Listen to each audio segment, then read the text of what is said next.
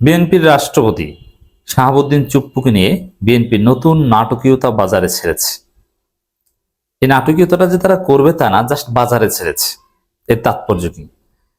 তো দর্শক, এর ফলাফল হতে পারে অত্যন্ত ভয়ানক।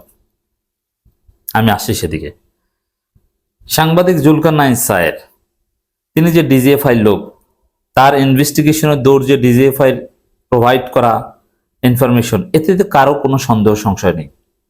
এটাকেই তিনি তার সুপ্রিমেসির জায়গা থেকে দেখেন, এবং এর মধ্যে অবশ্য সুপ্রিমেসি আছে, কারণ ডিজিএফআই তাকে যতটা বিশ্বাস করে এবং ডিজিএফআই এর সাথে যে বিশ্বস্ততার একটা সম্পর্ক জুলকার নাইন সায়ের এবং সেনাবাহিনীর ভিতরে বিভিন্ন ঊর্ধ্বতন অফিসারদের সাথে, যেহেতু তিনি নিজেও একসময় সেনাবাহিনীতে চাকরি করতেন, ক্যান্টনমেন্টে থেকেছেন, একটা ডিপ রিলেশনস, এটা খুব কম সাংবাদিকের ক্ষেত্রে আছে।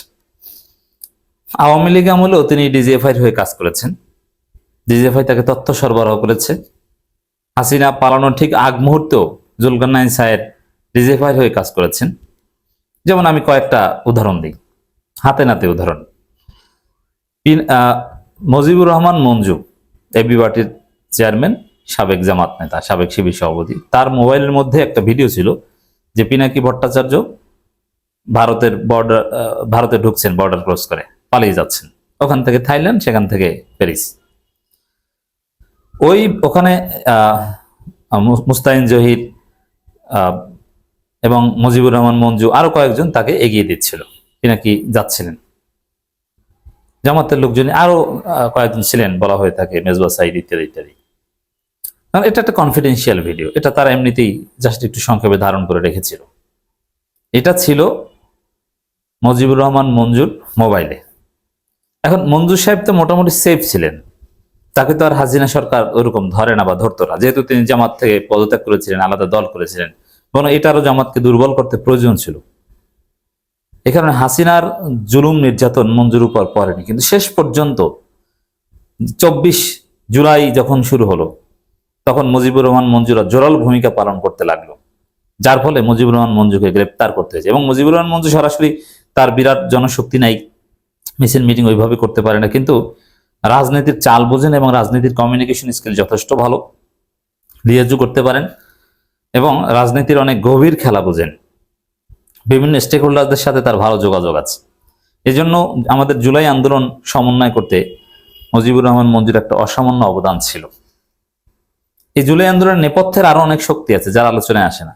আজকে এই যে যাদেরকে আমরা সমন্বয়ক হিসেবে জানি, তারা পাঠচক্র করত এবং সেখান থেকে ধীরে ধীরে এই বিপ্লবী চেতনা, বিপ্লব, এরকম নানান স্বপ্ন দেখত।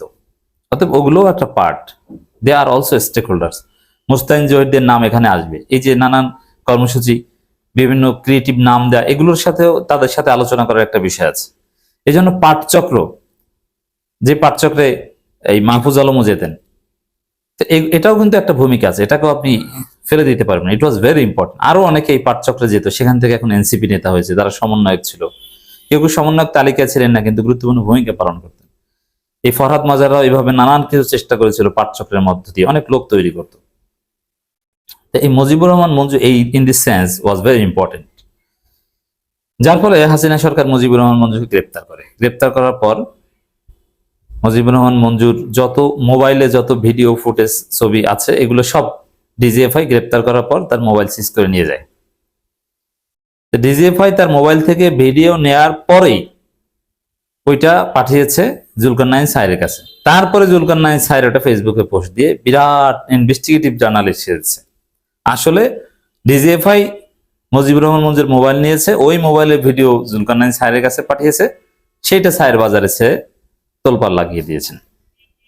এরকম আরো ঘটনা আছে যে পুলিশ কিংবা বাংলাদেশের ডিবি পুলিশ যাদেরকে রিমান্ডে দিত বা ওখানে ডিজিএফআই লোগো থাকতো,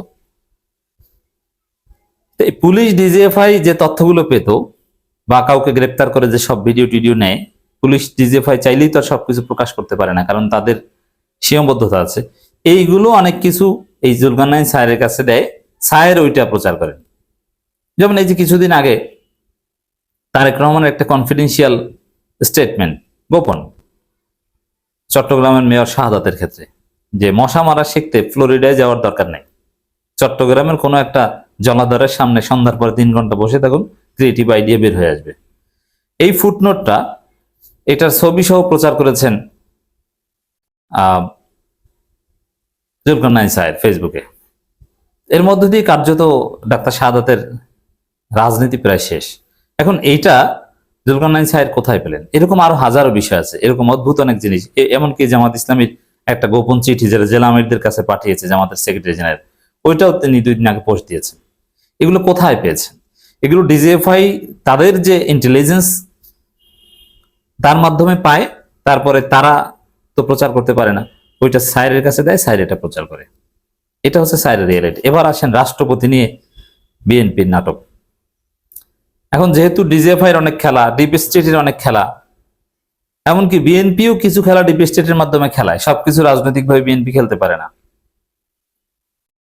এরকম কিছু খেলা টেস্ট করার জন্য, এক্সপেরিমেন্ট করার জন্য বাজারে ছাড়া দরকার। রিয়াকশন কি, কে কি বলে, এটা দেখা দরকার।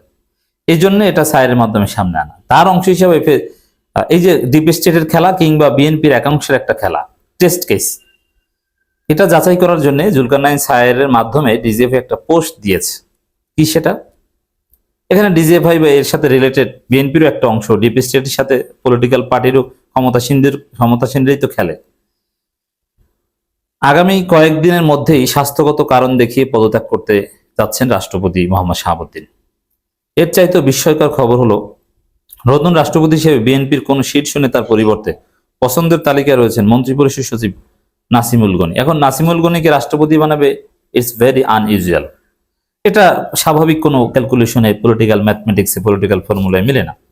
এখানে নজরুল ইসলাম খান আছেন, মঈন খান আছেন বঞ্চিত, আলতাফ হোসেন চৌধুরী আছেন, এরকম সেলিমা রহমান আছেন, এরকম বঞ্চিত অনেকে আছেন বিএনপির সিনিয়র নেতা। তাদেরকে পদায়ন করাটা জরুরি। রাষ্ট্রপতি হওয়ার যোগ্য কারা, এটা মির্জা ফখরুলের বিষয়ে আলোচনা করেছেন। মির্জা ফখরুল নিজেও আলোচনায় আছেন। সেখানে নাসিমুল গনি, হুইজ নাসিমুল গনি, তাকে বানাবে কোন যুক্তিতে? আবার এরকম অপরিচিত একজনকে রাষ্ট্রপতি বানিয়ে যে আওয়ামী লীগ বেকায়দায় পড়েছে শাহাবুদ্দিন চুপ্পুকে নিয়ে বিব্রত, এটাও তো একটা শিক্ষা। অতএব সেখানে নাসিমুল গনিকে বানানোর কোনো প্রয়োজন হয় না। তাহলে কেন এই বিষয়টা সামনে আনা হলো? প্রথম কথা হচ্ছে যে রাষ্ট্রপতি পদত্যাগ করবেন স্বাস্থ্যগত কারণ দেখে, এটা তো স্বাভাবিক না। এখন এটা কোনো খেলার অংশ। এটা কেন বলছেন? এর মূল কারণ হচ্ছে ইউনূসের সাথে বিএনপির একটা গোপন চুক্তি ছিল, যেটা 13 জুন 2025 সালে হয়েছিল। সেই চুক্তি যে ইউনূসকে রাষ্ট্রপতি বানাবে, ইউনূস বিএনপিকে ক্ষমতা এনে দিবে, এবং ইউনূসকে শুধু রাষ্ট্রপতি না, ক্ষমতাধর রাষ্ট্রপতি বানাতে হবে, যেটা জুলাই সনদের মাধ্যমে আসবে, দ্বিকক্ষ পার্লামেন্টের ভিত্তিতে আসবে। এখন বিএনপি ক্ষমতা এসে কিছুটা পল্টি মেরেছে যে না, তাকে রাষ্ট্রপতি বানাবে না। এখন রাষ্ট্রপতি না বানালে বিএনপি ইউনূস আবার কি করতে পারে? চুক্তি লঙ্ঘন করলে ওটাও ইউনূসের হাতে আছে। ইউনূস ডিপ স্টেট নিয়ে খেলেছেন, জর্জ সারসের লোক।